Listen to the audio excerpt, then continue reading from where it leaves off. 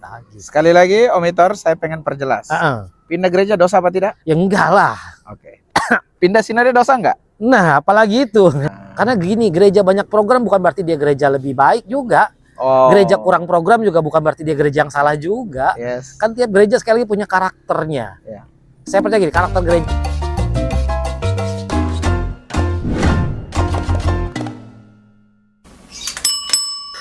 Oke guys, hari ini aku senang datangkan omku. Ini om yang sangat wise banget.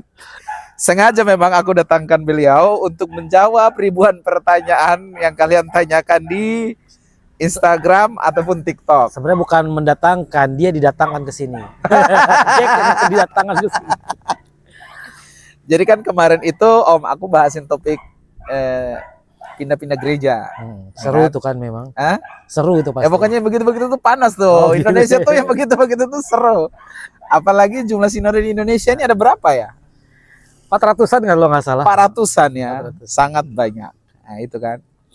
Nah jadi sebetulnya ada pro dan kontra antara pindah gereja dan tidak pindah gereja. Tidak boleh pindah. Jadi ada yang bilang nggak apa-apa pindah aja. Kan selama dia tidak menyangkal Tuhan Yesus, lebih baik dia pindah. Yang tidak boleh kalau pindah kepercayaan. Om, silakan sikat. Pindah Setuju kepercayaan nggak pindah kenapa gereja? emangnya? Hah? Bukannya boleh juga pindah kepercayaan? Waduh.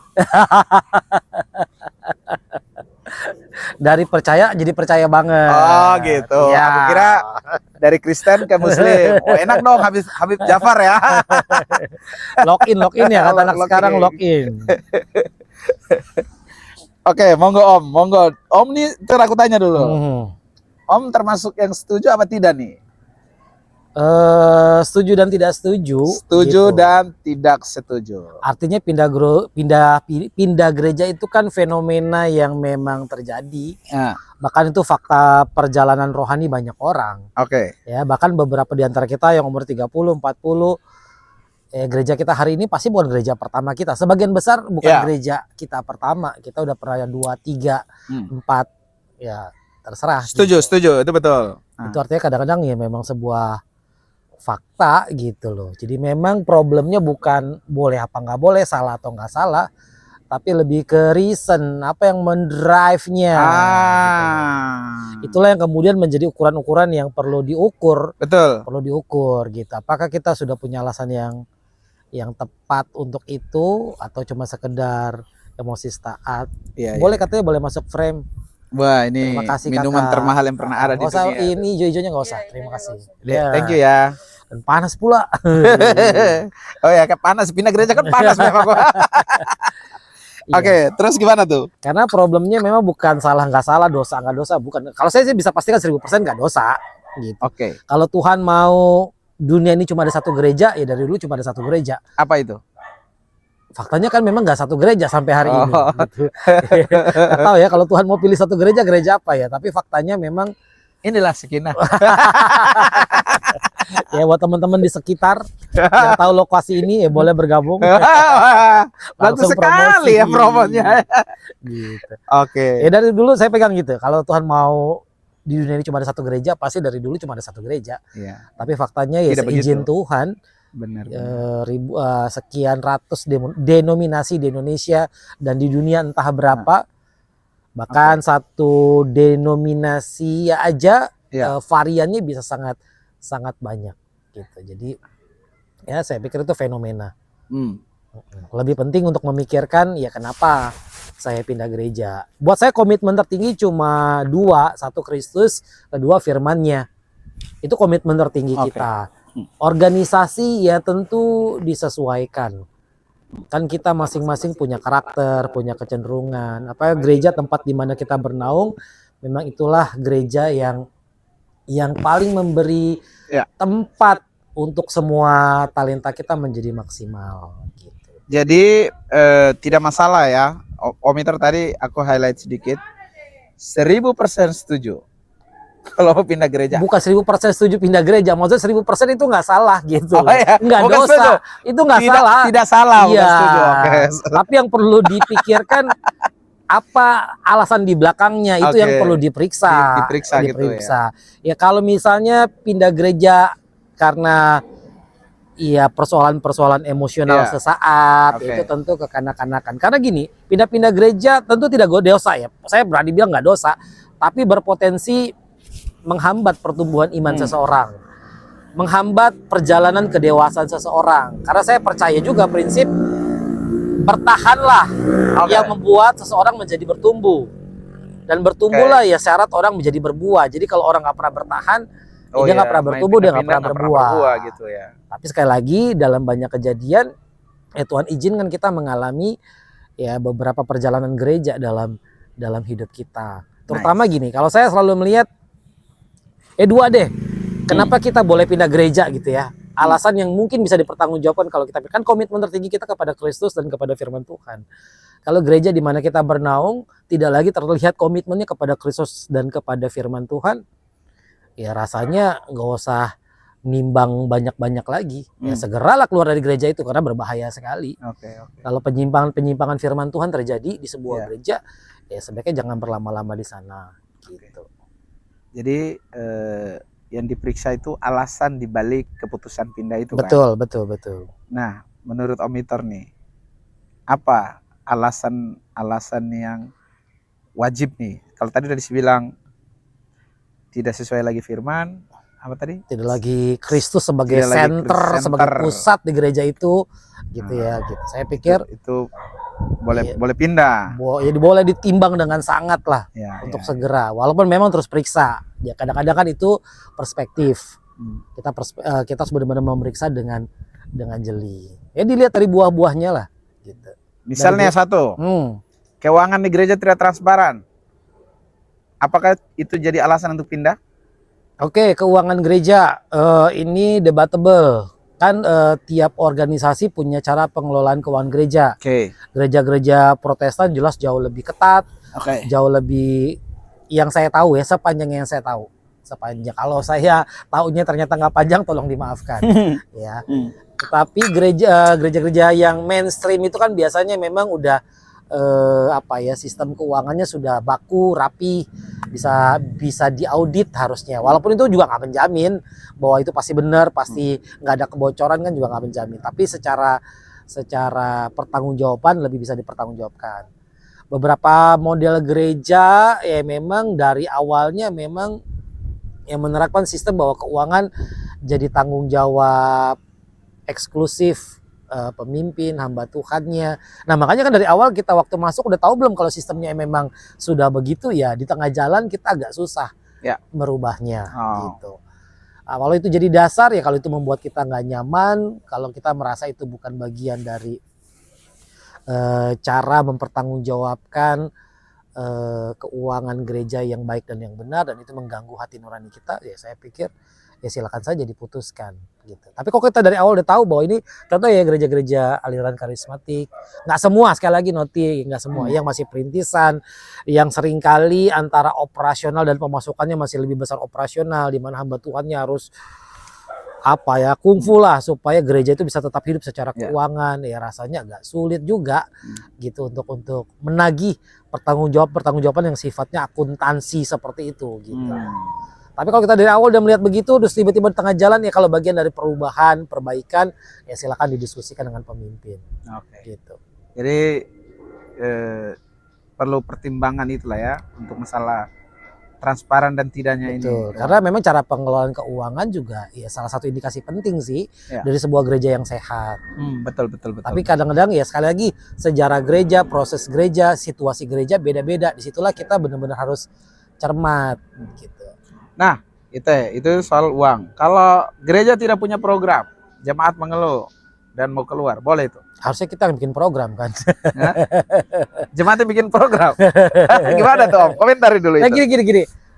Saya nih, kalau saya filosofi dasar saya bergereja adalah gereja itu keluarga. Harusnya keluarga tuh tapi kan gini, untuk menemukan kita punya keluarga. Saya selalu bilang kalau keluarga kita yang biologis itu keluarga yang Tuhan tentukan, kita nggak bisa Oke. pilih lagi. Betul. Tapi kalau gereja adalah sekali lagi keluarga rohani yang bisa kita pilih. Kita pilih. Pilih. Oke. Ya, jadi pilihlah dengan bijaksana. Apakah ini keluarga? Apakah ini DNA-nya mirip dengan karakter, pembawaan, gaya saya? Karena sekali lagi kadang-kadang ya Tuhan mendesain banyak gereja karena dombanya juga macam-macam. Jadi pertama kenali diri dulu gitu Oke. ya. Kita ini orang yang seperti apa? Kalau Aha. kita orang yang memang agresif, seneng Ngeroh gitu, yang agresif semangat. kan dalam arti gini, Oh, agresif, seneng mengaktualisasikan diri, seneng bikin pergerakan. Oke. Kan program kan. Ya. Kalau kita arahnya ke sana ya pastikan kita ada di gereja yang memang juga memfasilitasi Ke situ. itu gitu loh. Gitu. Tapi kalau kita kita adalah tipe orang Yang pasif, pasif, ikut aja, ya berarti lebih cocok ya semua gembala, semua hamba Tuhannya yang mengarahkan gitu. Jadi kenali diri, kenali gereja di mana kita bergereja dan putuskan dengan cermat gitu. Bukan salah gerejanya, mungkin ya kita aja perlu gereja yang lebih tepat yang sesuai dengan untuk kita gitu. Jadi kalau misalnya tipe orang yang agresif tadi Om Peter Marx, terus dia ada di gereja yang tidak seagresif dia boleh pindah dong.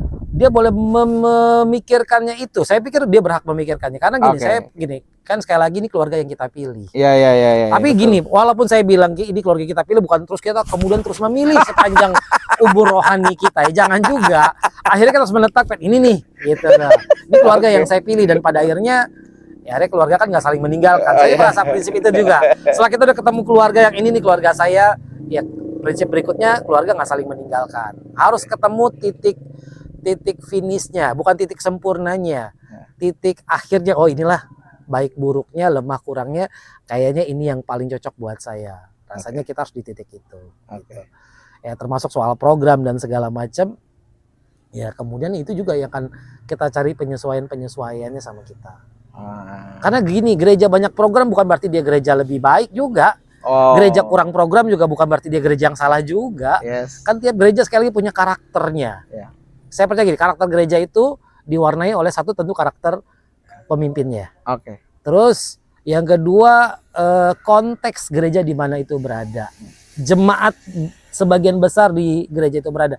Nah, kombinasi atau dialog antar tiap-tiap unsur ini yang menjadikan gereja itu khas di gereja lokalnya masing-masing.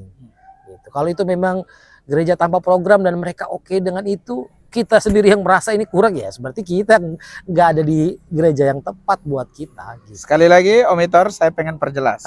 Pindah gereja dosa apa tidak? Ya enggak lah. Oke, terima kasih. Kita next topik. Satu lagi. Pindah sinode dosa enggak? Nah, apalagi itu. Gini kan sinode ya cara negara menata kan kita nih memang bukan negara sekuler, tapi juga bukan negara agama. Makanya bingung Indonesia sebenarnya. Tapi artinya di satu sisi negara berusaha mengambil posisi memfasilitasi, membina, memastikan semua orang bisa menjalani iman keagamannya dengan baik. Makanya bagi orang Kristen tuh gereja nggak boleh gereja independen dalam arti tidak bersinode.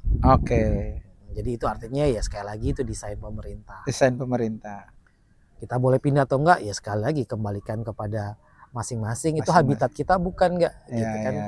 Jadi kita bayangkan gereja lokal, kita bayangkan sebuah sinode, yaitu sebuah habitat dan masing-masing kita mungkin perlu habitat yang cocok buat DNA-nya kita gitu. Nah, secara organisasi gereja itu kan yang umum terjadi itu kan penganut kepemimpinan jamak dan tunggal. Menurut Om Itor, di Indonesia atau lebih spesifik dengan Batam, karena kita di Batam, kira-kira leadership yang cocok di Batam ini apa? Jamak apa tunggal?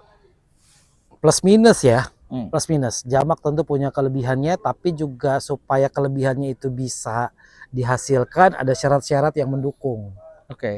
Ya, contoh gini, misalnya kepemimpinan jamak 2-3 orang memimpin bersama satu gereja.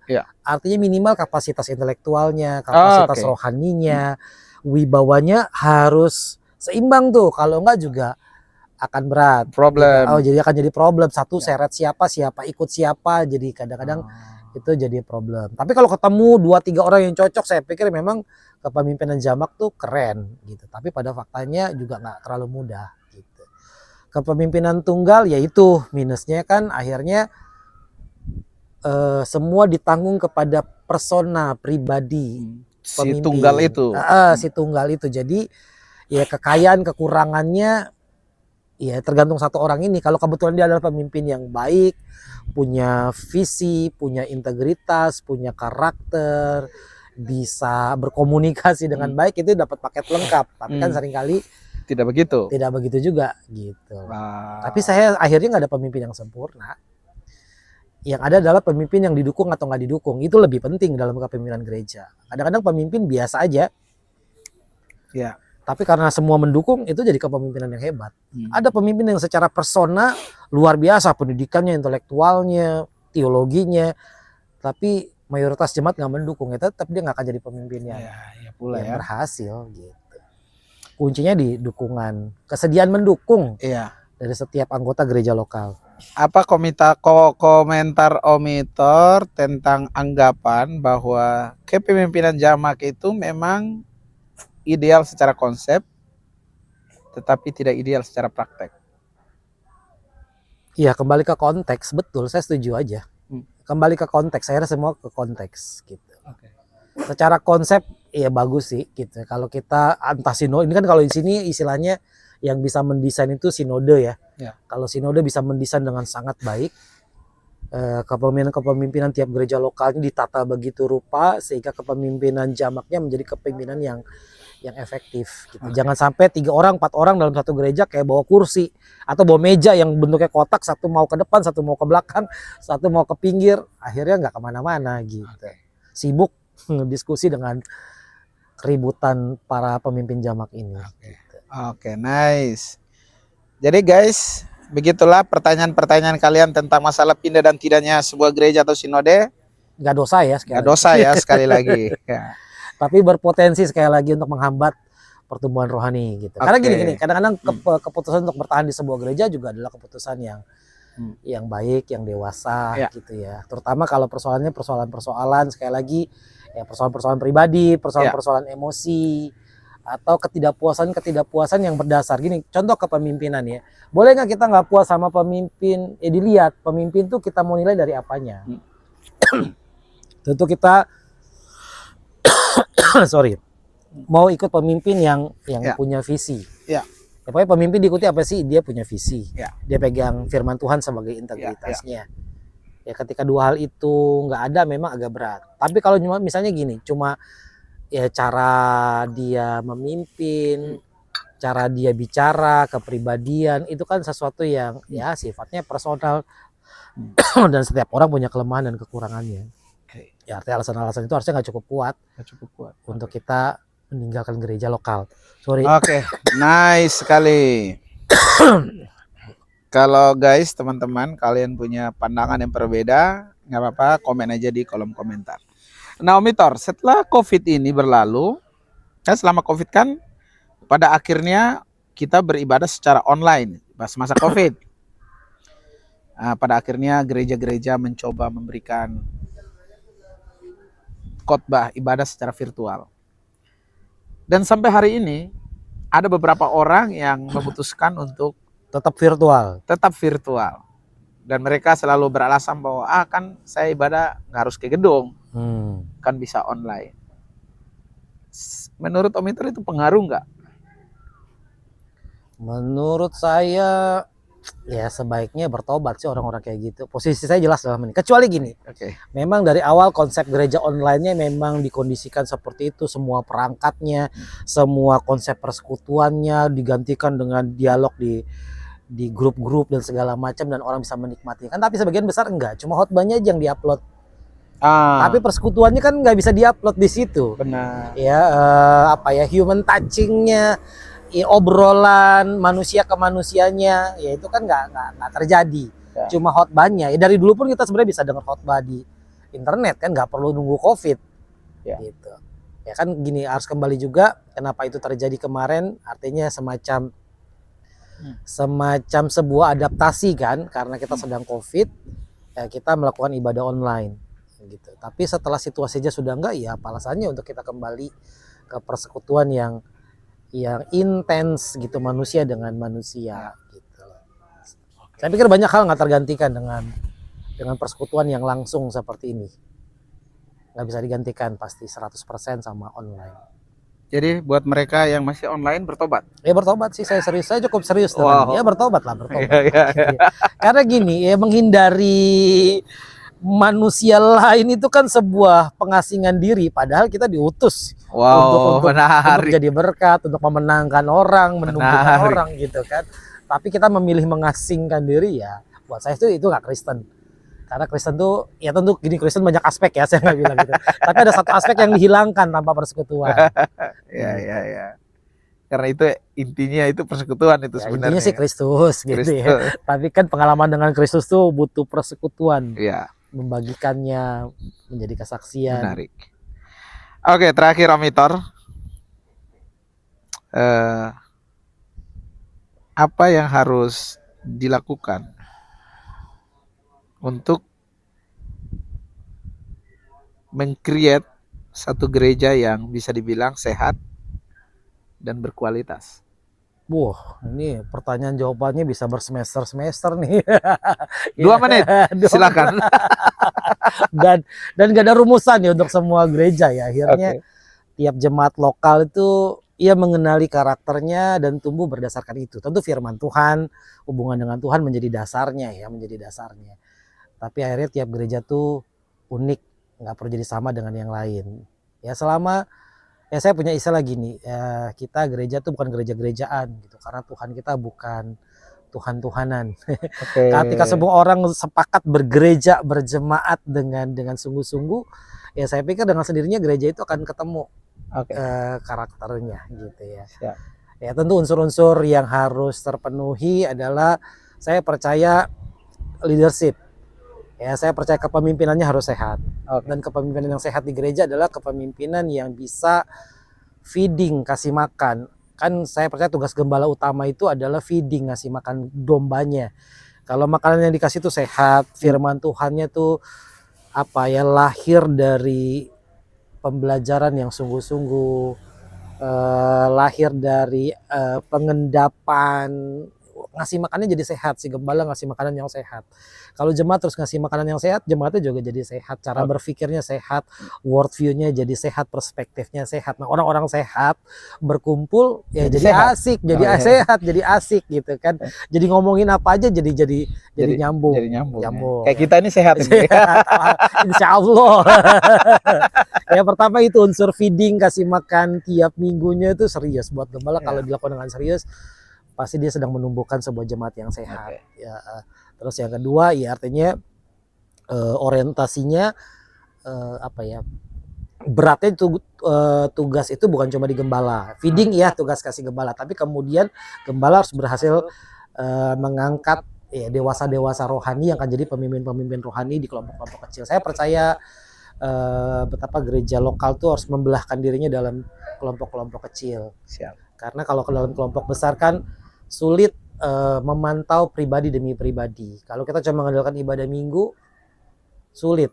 Kita ketemu ya dalam 2 jam ibadah yang sifatnya satu arah. Ketika gereja itu mengembangkan kelompok sel, maka keterpantauan kesehatan jauh lebih teliti lagi. Karena komsel-komsel yang dirancang dengan sehat ya dengan baik, itu membuat orang jadi apa adanya. Ketika jadi apa adanya, dia akan terpantau dia lagi dalam kondisi apa.